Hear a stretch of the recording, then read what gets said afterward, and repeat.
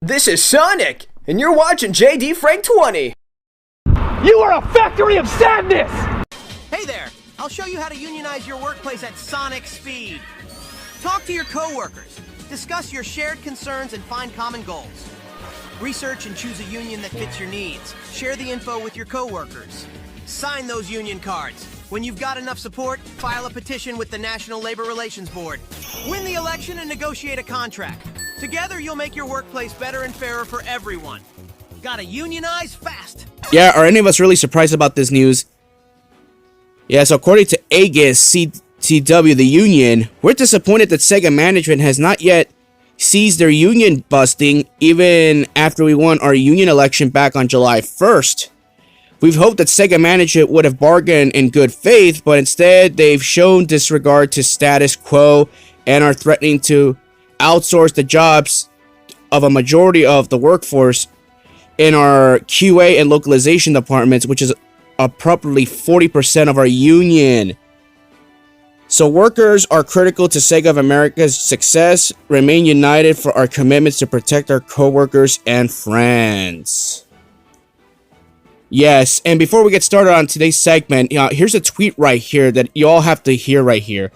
I'm very hesitant to call 2023 a good year for games, and this is a big reason why. Many good games were released, but lots of devs and workers are the ones who gave their time and effort and helped make all these games in the first place, and have been going through hell. It feels inappropriate to celebrate many good games releasing when it's clear that the higher-ups of gaming corporations still see to make people who create these games are nothing more than disposable garbage. And I couldn't agree 100% more with that statement right there. You have to realize that all these workers are dispensable. A majority of them are freelance workers, which means that they're going to pay you by appearance and that's it. You get no benefits, you get nothing. You see, why am I not surprised that Sega backed out of this deal? You know, the only workers they actually give a damn about are their game directors, and that's it. They're the ones who get paid the most.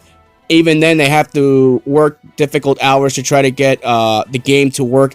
That's all. And if they don't like it, then they'll be let go, and Sega will just hire a next person, and just it'll be the same, you know, song and dance, different verse. It's been happening like that for years.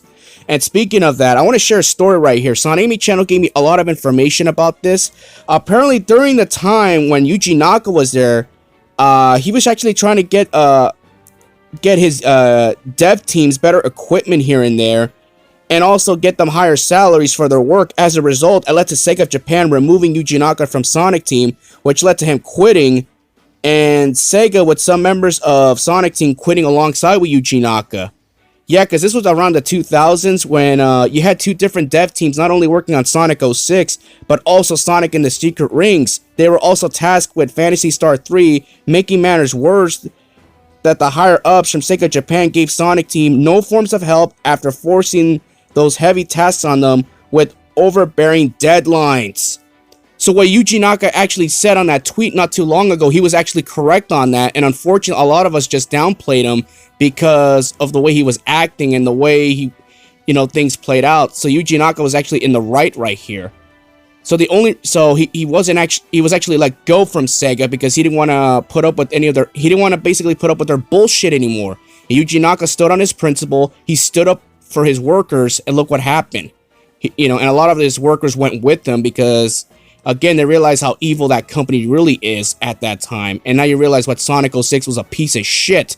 And I'm glad that game was terrible. It's a shame that big gaming corporations can treat their employees like this, you know, for the sake of providing the fans with entertainment, but yet they're treated like slaves, basically. It's fucking wrong. Sega in general it has an infamous history of overworking their game developers to death, especially with the harsh schedules. And one of the prime examples would be Sonic Extreme, which was canceled because of how big of an architectural nightmare that game was to develop. In fact, I even made a video about that. Check it out right here. I'll leave a link in the description. You know, where a couple of workers could have actually died if they continued with the project, so they just canceled it outright. It was dead on arrival from the start. And of course, you know, what about Takashi Iizuka? The man nearly died making Sonic Heroes. He nearly died making that game. You know, give your thoughts in the comment section. It's an open forum right here. And again, I mean, if like, if you're in a union, let me know what you all think about this. You know, do you feel insulted what Sega did right here? And I gotta go. Have a good day.